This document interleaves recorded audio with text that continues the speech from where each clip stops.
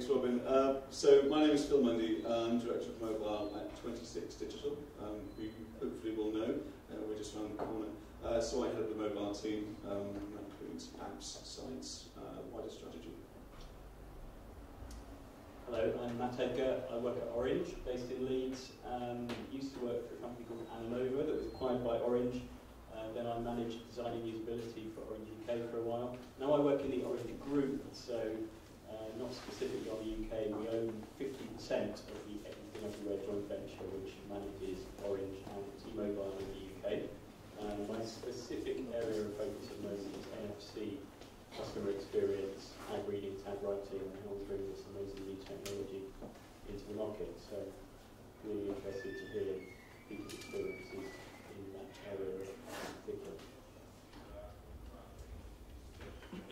I'm Emma Harvey, different to the scheduled person, so I just got married. So I'm Managing Director at Nimico. We do mainly online stuff, although we do a few kind of cross-platform technology projects for people like BBC, Channel 4, ITV. And for us it's mainly kind of, my involvement in mobile is usually how does that fit with the wider strategy and what actually your audience do with their mobile devices. I'm Paul Lemon, I'm Technical Director at Made by Pi, a digital agency based in North Leeds. I'm charged the development team, so that covers both web development and mobile development. And our clients have a range of sites, mobile sites and apps as well. Cheers. Hi everyone, my name's Tobin Harris. I'm co-director and founder of Engine Room Apps. We're a mobile solutions company based in Leeds. We work with businesses such as Asda, Nuance Duty Free, people, medical healthcare, and yeah, that's it.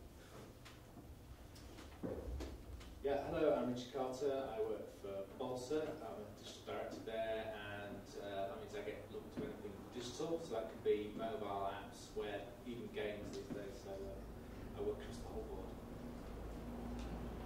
I'm Steve Metcalf. I'm the Enterprise Architect at Sky, looking specifically at Sky betting and gaming, so like the poker, the bingo, the sports book. We've got quite a lot of mobile activity going on at the moment as well, and obviously historically I'm ex-Orange as well, where I was looking at mobile halls for quite a few years.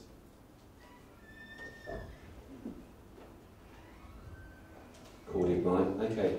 Right, first up then, so first question for the panel. So given the varied backgrounds of everybody that sits on the panel, what does mobile mean for each one of you at the moment, and this moment in time? And I think first up, right nearest to me, Mr. Phil Mundy. I'm going to call you that each time, it sounds good, doesn't it? Yeah, it's a good introduction, thank you.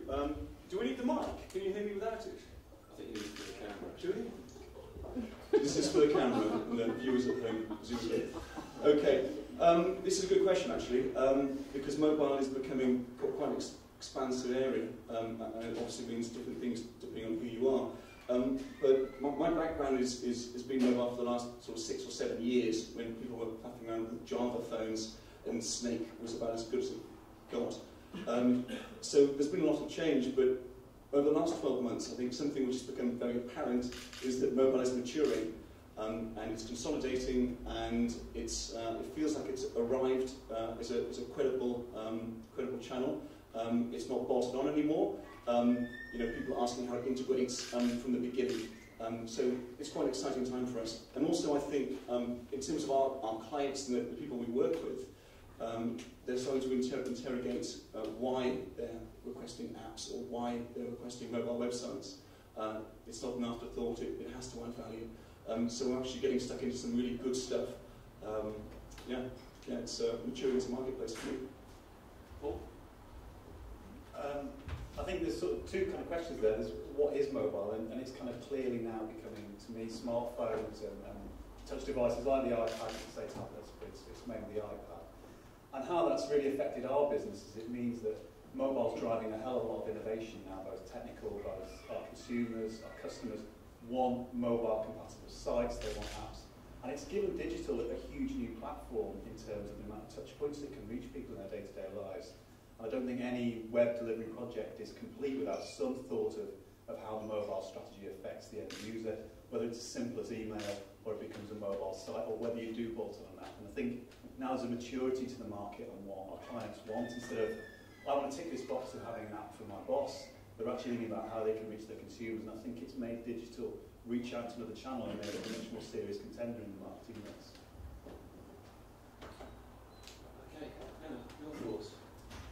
I think, like Paul says, it's another touch point. I mean, for me, mobile is about devices used on the move, and that's quite generic as a sort of statement, but I think that's one thing that when you're talking to clients, they often forget, and they're like, I need a mobile version of my website with all of my content and everything. It's like, but really, yeah, you're actually going to use that on a mobile phone, and why? And for me, I think it's mainly around what is the device useful for, and bringing information to you when you're actually mobile.